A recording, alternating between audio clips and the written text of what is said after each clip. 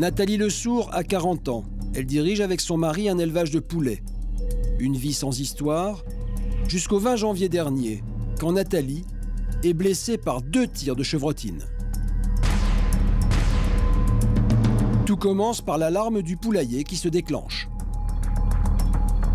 L'alarme m'a bipé sur mon portable et je suis venue. Je me suis arrêtée au panneau là-bas et j'ai commencé à enlever la chaîne. J'ai pris un coup d'électricité et puis je me suis retrouvée par terre. Et là, je me suis aperçue que j'avais mon bras de cassé, donc je me suis traînée à ma voiture. J'ai remonté dans ma voiture et j'ai conduit avec toute ma partie droite jusque chez le maire. En fait, Nathalie n'a pas pris un coup d'électricité, mais un coup de fusil. Elle va bientôt le découvrir. Sur le moment, elle arrive tant bien que mal à conduire sa voiture pendant 3 km jusqu'au village. Elle s'arrête devant la maison du maire. J'étais avec mon épouse à la maison, je me souviens, c'était le soir de l'investiture du président Obama. Il se plaignait d'avoir mal au dos, mal au bras et à la jambe. J'ai appelé les secours, j'ai appelé le SAMU. Le médecin du SAMU me dit « mais Madame Lesourd n'a pas été électrocutée, elle a simplement pris un coup de fusil ». Dans la foulée, j'ai appelé la gendarmerie qui a déclenché son enquête le soir même. Emmenée d'urgence à l'hôpital d'Orléans, Nathalie est entre la vie et la mort. Elle subit une intervention chirurgicale pendant 7 heures. Les médecins retirent de son corps 14 plombs de chevrotine. Placée en coma artificiel pendant 4 jours, elle s'en sort par miracle. J'ai eu à l'intérieur, j'avais l'aorte, la veine cave de toucher, le foie, un rein, l'estomac. Mais bon, si je m'en suis sortie, c'est grâce à mon mari. Mon combat, c'était juste vivre pour lui, pour son amour et rester avec lui. Nathalie rentre à la maison et continue sa vie avec son mari et leurs 4 enfants. Mais le mystère demeure. Qui lui a tiré 2 coups de fusil de chasse? Qui peut la détester au point de vouloir la tuer? Pendant 9 mois, l'enquête piétine. Mais début octobre, un incroyable coup de théâtre se produit. Les gendarmes d'Orléans frappent à sa porte pour interpeller son mari et le placer en garde à vue. Un matin, ils sont arrivés, un matin du 5 octobre, ça je m'en rappellerai toujours. Et mon mari est rentré, il m'a dit ils me mettent en garde à vue et ils me l'ont jamais ramené. Et je crois que ça a été pire que mon accident. On lui reproche quoi alors à votre mari? Apparemment, on lui reprocherait de m'avoir tiré dessus, mais ça c'est n'importe quoi. C'est un homme qui ferait jamais de mal à personne, il est doux, il est... Plus tendre que lui, il n'y a pas, c'est du n'importe quoi, n'importe quoi. Nathalie n'arrive pas à croire que son mari ait pu commettre un tel acte après plus de 20 ans de vie commune. Une vie heureuse et sans histoire.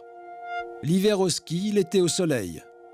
Les 2 époux font tout en commun, l'éducation des enfants et l'exploitation du poulailler industriel. Aujourd'hui, Jean-Pierre n'a plus le droit d'approcher son épouse. Une interdiction de se voir, une interdiction de se parler.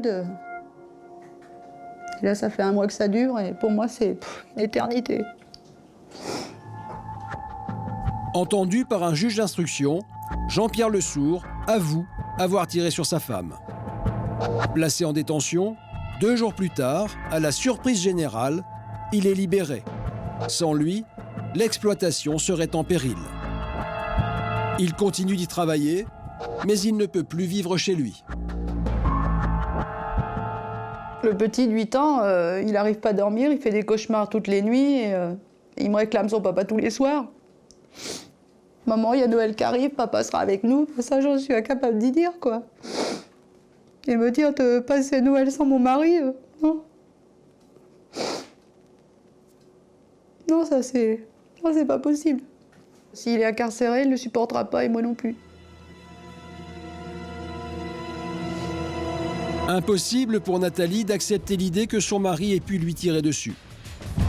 Pourtant, plusieurs éléments laissent à penser que c'est bien Jean-Pierre le tireur. Olivier Rigaud est journaliste à La République du Centre. Il a suivi l'enquête des gendarmes.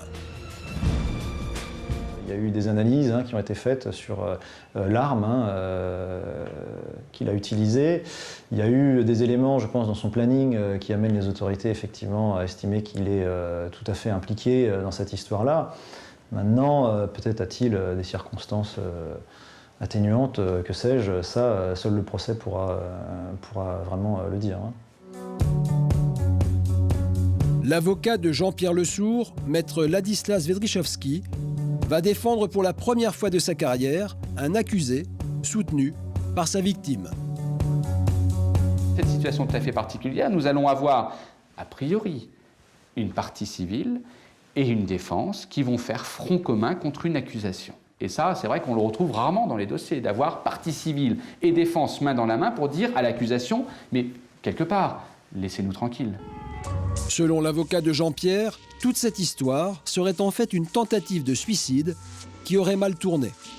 Sa position est de dire « mais on veut me reprocher absolument une tentative d'assassinat, c'est-à-dire d'avoir préparé le meurtre de mon épouse, alors même que ce soir-là, si j'ai préparé quelque chose, Monsieur Lesourd, il a préparé quelque chose, c'est son départ de la vie.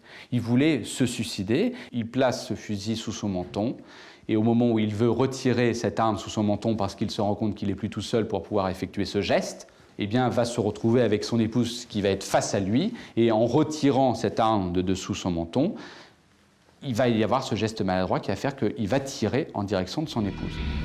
Mais le soir du drame, on tire à 2 reprises sur Nathalie. Et sur place, personne ne lui porte assistance. Ce soir-là, il n'a pas porté assistance à son épouse qui avait reçu ces coups de fusil. Mais je vous dis, il était enfermé dans une bulle ce soir-là. Et les experts psychologiques et psychiatriques pourront nous l'expliquer. Enfermé dans cette bulle, il ne s'est pas rendu compte de ce qui se passait autour de lui. Pendant 9 mois, Jean-Pierre Lesourd garde le secret et vit tranquillement aux côtés de son épouse, sans jamais avouer qu'il est l'auteur des coups de feu. S'il ne dit rien, c'est que, enfermé dans son mensonge, il ne sait plus comment s'en sortir et il n'a pas le courage. Il a peut-être manqué de courage. Monsieur Lesourd a certainement, il est le premier à le reconnaître, manqué de beaucoup de courage. Pourquoi Jean-Pierre Lesourd aurait-il voulu tuer sa femme? Pour l'heure, aucun mobile n'est établi. Nathalie, elle, est convaincue que son mari est innocent. Vous pensez que c'est qui vous a tiré dessus? Je sais pas. J'en sais rien du tout. J'en sais rien du tout.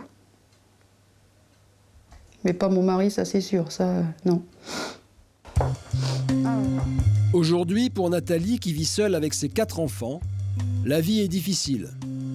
Elle regrette le temps où son mari vivait à ses côtés. Vous êtes marié à quel âge? À 19 ans. On a 4 enfants. Et là, vous vous retrouvez seul, en fait? Avec mes enfants, oui.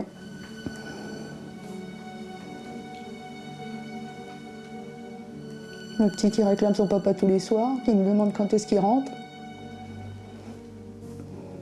Je ne peux pas lui donner de réponse. Kevin a 19 ans. Il est le fils aîné de Nathalie et de Jean-Pierre. Aujourd'hui, il travaille sur l'exploitation de ses parents et essaye d'aider sa mère à traverser cette période difficile. Elle en a marre, elle est à bout de force. Moi, je suis à bout de force aussi de mon côté, mais je le montre pas pour que ça regarde le moral assez haut. Déchiré entre ses 2 parents, Kevin essaye de comprendre ce qui s'est réellement passé. J'ai encore du mal à y croire. Quoi qu'il ait fait, en tout cas, c'est sûr, c'est mon père et voilà quoi. Ça changera pas. Malgré les aveux, malgré les éléments à charge, Nathalie veut retrouver son mari. Son vœu le plus cher est qu'il revienne à la maison. Je survis parce qu'ils m'ont pris l'être le plus cher à moi, à mon cœur. Donc, sans mon mari, je suis rien. Donc, je vis pas, je survis. Ce sera comme ça tant qu'on ne me l'aura pas rendu. On en a besoin ici à la ferme, on ne peut rien faire sans lui. Toute seule, je ne peux pas. L'instruction est en cours. Jean-Pierre Lesourd ira-t-il en prison ou retrouvera-t-il sa famille? C'est la justice qui va en décider.